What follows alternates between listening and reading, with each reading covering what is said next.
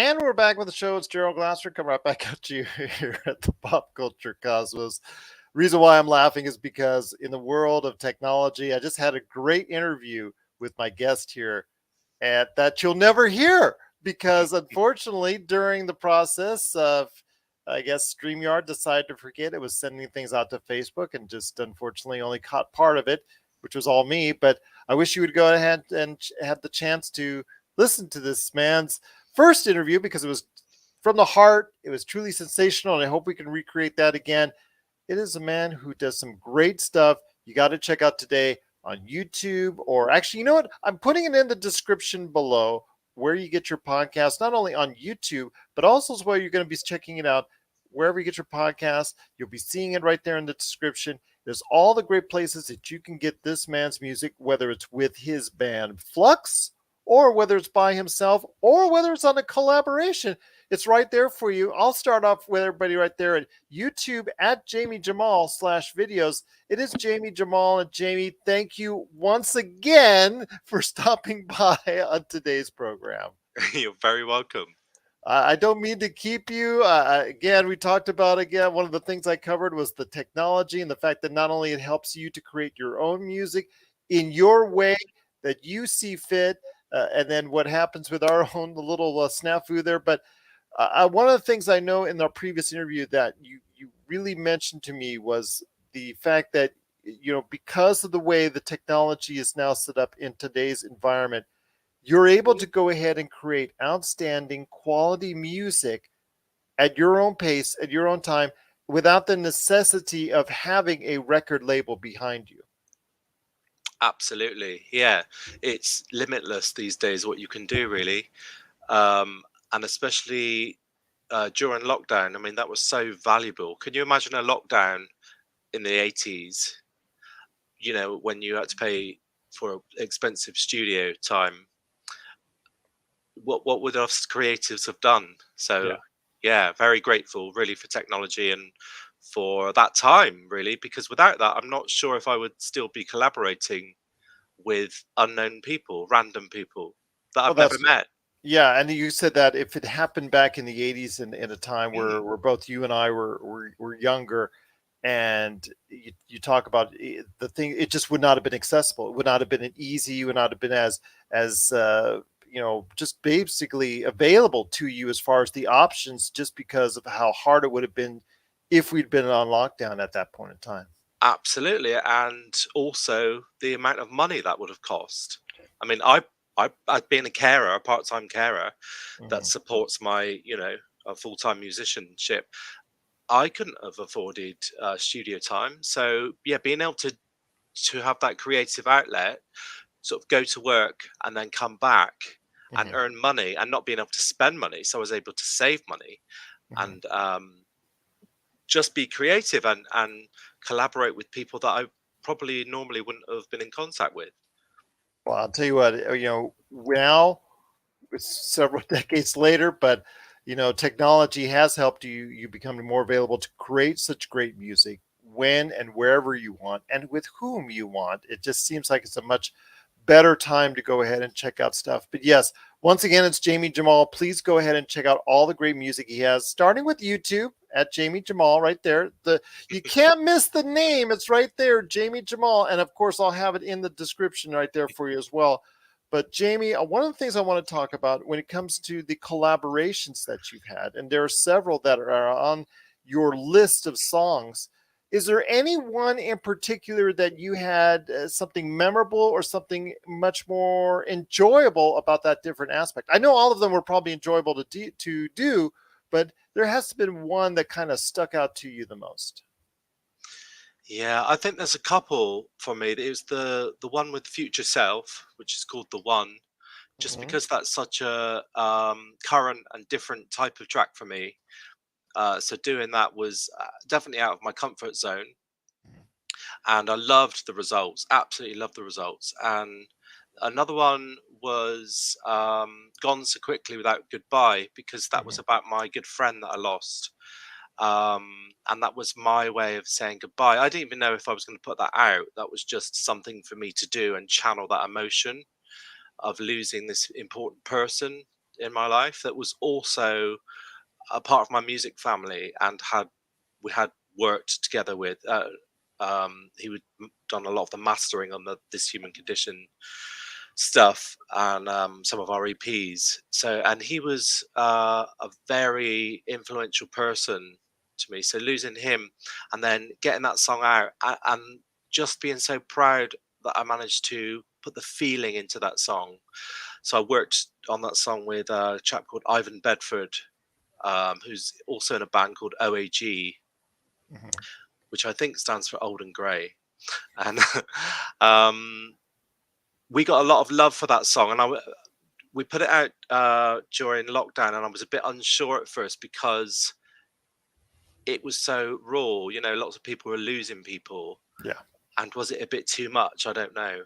And then I got to the point where I thought, actually, yeah, that's the whole point of art, isn't it, and music? And I got a lot of feedback from people that related to it. So not only was I able to get mine out, but I was told it helped other people and they related to it. So that meant something. Well, the relation part, as far as the old and gray, I can certainly attest to that. I will be honest with you. But yeah, I know, like all over for me. But I will say though that when it came out, a lot of the music you're talking about came out at a very troubled time for the world. But as you indicated in our previous interview, that unfortunately no one will ever see live. I will say this one though is coming out crystal clear on YouTube. I'm actually seeing another tab right now that this one's coming out great. So I wanted to go ahead and update you on that one. There you go. That I will say though that you said this is therapy for you in many ways. So many of your songs have provided not only therapy to people out there, but the therapy to you. Most importantly, when you create this music and when you play this music, it's a lot of therapy for you as well. Absolutely. They either start off as therapy, Hmm. free therapy, or they start off as fun. Hmm. Um, Most of the time, I guess anything that I do about my personal life Hmm. is coming from a place of working something out or therapy, especially if I lose somebody or uh, something major happens or I'm touched by something in some way. That will absolutely come out of me. It's almost like I've got no control over that anyway. Hmm. The only bit of control I have in it is that I don't have to put it out, you know. Um, Yeah. but as I go on, I'm learning more and more that the more personal you get, the more connection you get, really. And that's something that I think comes across in your music. And I also want to make sure that everybody knows that they're just the kind of fun and it just if you get a chance, please check him out live because there are several videos out there that support your live music that actually showcase you out and performing. And you talked about the kind of nervousness that you and pretty much every artist has before they get on stage, but it's the connection that you have with the audience that I think resonates through. It resonated to me when I was watching it on YouTube coming across, but I think it clearly resonates with an audience when you go and perform live. Yeah, so that few hours before a show is the worst for me. But once I'm on stage, I've learned over the years it's about letting go. Mhm. And the minute you let go and have fun, so will your audience.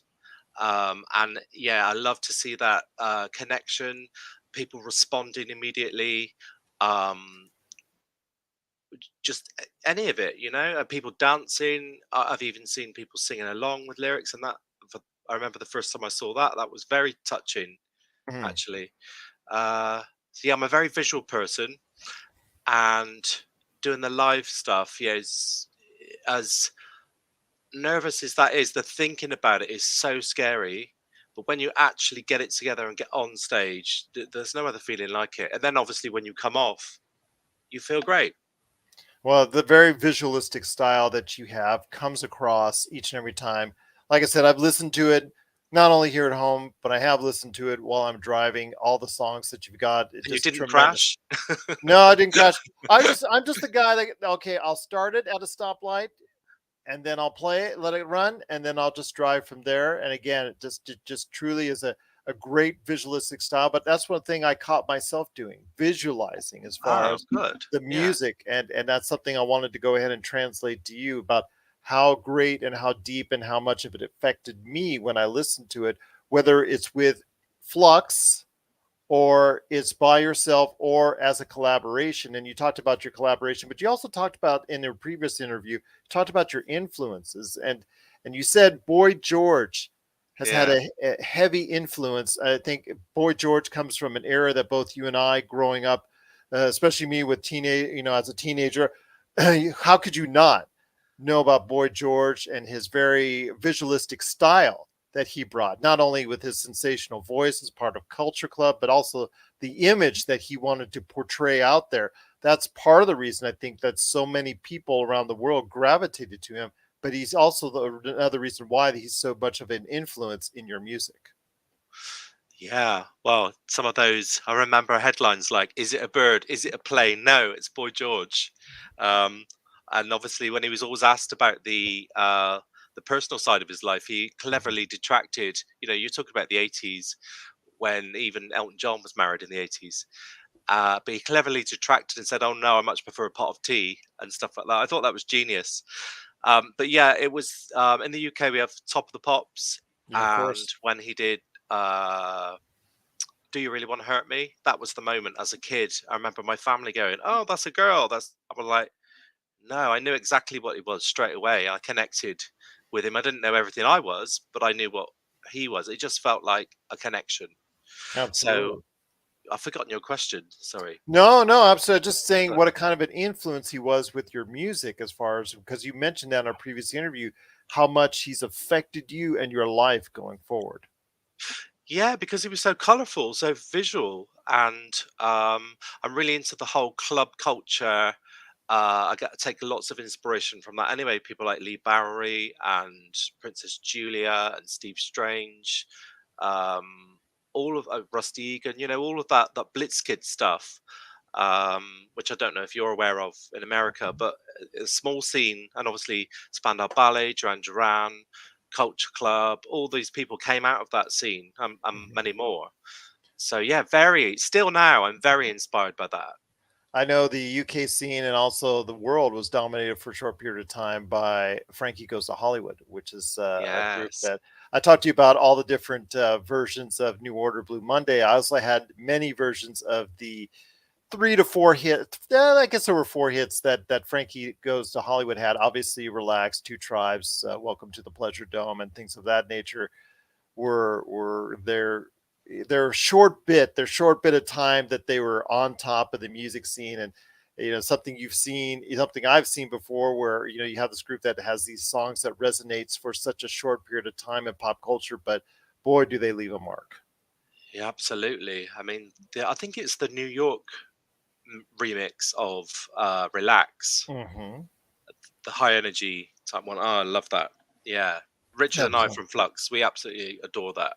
There's like I at one time had like several different versions of Relax. I had I had the whole T-shirt that says "Relax, don't do it" and Oh, all yeah. that stuff from the Frankie says day. relax. Yes, Frankie says Yeah. relax. That's it. That's it from the day. I remember that so fondly, wearing that T-shirt, and just absolutely enjoyed the music. As far as everybody out there, it's such a great period of time for music as a whole. But getting back to what you're about to this today is that you've got some music coming up on the way for this holiday season that will probably also resonate with a great audience as well. Yeah. So I'm releasing a Christmas track Hmm. called The Night Before Christmas. And this is a collaboration with a chap called Kiffy. And we've Hmm. done one track previously called during lockdown called Fear is Real. So Hmm. we've chucked that on as the B side. But anyway, the A side is music wise is kind of inspired by Blue Monday, New Order. And I think Kiffy said he put a little bit of Coldplay in there, which when he said that, I was like, oh no, because not my favorites, but Well, I see what he means. I will disagree with you. I kind of like Coldplay, and I want to Yeah. apologize for that. But yes, I mean, I know there are a lot of people that like them. They're very mainstream, but I've always struggled with them. But anyway, it works in this song, and I'll let him off that one. okay, Um, fair enough. so yeah, we've got the video coming out on the 1st of December, which I shot last week, Mhm. and it's also all the proceeds are going to help the homeless, which is charity in the UK. Oh, So, that's but it's awesome. the end of the year, just giving something back and just trying to put a little Christmas. jollity. I know we call it Christmas, you call it the holidays, don't you? We call it Christmas and the Do holidays, you? depending on who's saying it, to be honest with you. But yeah, it's Okay. both. It's a little bit of both. I want to make sure that when you go and reach to an audience worldwide, you probably Yeah. just best say holidays, happy holidays, and then Yeah. Okay. that everybody seems to be okay with that. But some people specifically want Christmas. That gets into a whole nother detail. But other which way, a great holiday song is coming people's way this weekend as we discuss this. So I'm looking forward to going ahead and checking out that video of coming to you. It's coming on your YouTube channel. Is that correct? That's right. It's a premiere now. So if you go onto my YouTube, you can hit the bell for a reminder. Yeah. At 7 p.m. UK time, which I don't know Okay. what time that is your time. I believe it's about noon, high noon. Go, Okay. you seeing what our relationship to ours trying to find If you the hit happy that medium here. bell, if you hit that bell, it'll just send you an email anyway, a reminder. Absolutely. Looking forward to it. And once again, it's Jamie Jamal. There's some great music. If you want to listen to song after song after song of some great music, start off with his YouTube page. But again, I'm going to put in his whole array of places that you can get a hold of all of his great music in the description below, on not only on YouTube, but also as well if you're listening to this in podcast. But Jamie, one last question before we head on out. The real resonance behind your music, I think, comes from the sheer emotion from what I've been listening to. Just how good does it feel for you when you go ahead and perform all these great songs? I must say it feels really good. It makes you feel totally alive. Because let's face it, most of the time you feel sort of dead, or what am I doing? It's trying to wake yourself up is a big job for many people, including me. I do suffer with depression at times, and get myself out of that. So, so the fear, I suppose, and that of thinking about doing something live. If you really thought about it, you thought, why am I putting myself through this? But actually, once you're doing it, it all makes sense. When you're in that moment, you're not worried about anything, and you're pure joy. Really love Um, I, it. well, I'll tell you what, it comes across with your music. It's very emotional, very visual, very impactful. Again, you just got to go ahead and check out what he's doing today. Again, with either Flux as a collaboration or just by himself. Go ahead and check out what he's doing today on YouTube or wherever you get your great music. Jamie, I want to wish you the happiest of holidays. Merry Christmas. Truly appreciate all the great music that you're doing. I know that you said you've got a lot of places that you're going to be performing at in the coming future. So I wish you the best of luck on that. Your Thank you. schedule looks full, from what you told me. So a lot of good stuff is on the way for you. Yeah, next year, 2023, we're really going for it, especially with Flux. You should see a new album. You should see lots of live performances. You'll see some solo stuff as well. Um, and yeah, just really excited to carry on collaborating, because I love working with new people, Wow. and obviously the Flux stuff too. And then there's also my back catalogue from like 2015 with This Human Condition to check out. Well, there you go. So Indeed. there you go. Yep. Plenty of I can hours give of you hours of fun. Absolutely. Plenty of hours of great listening indeed. Once again, it's Jamie Jamal. Please go ahead and check out what he's doing today on YouTube and wherever you get your great music. Jamie, wish you again the happiest of holidays. Yeah, Merry happy holidays Christmas. to you too, and to your listeners, viewers. Absolutely. Thank you so much and appreciate you taking the time once again. Now that everything is working now, Facebook, sorry, going back on YouTube now, but I'm glad you're here. I'm glad you had a chance to talk to us. The red carpet is always open for you anytime you want to stop by right here at the Pop Culture. Oh, appreciate that. Thank you very much.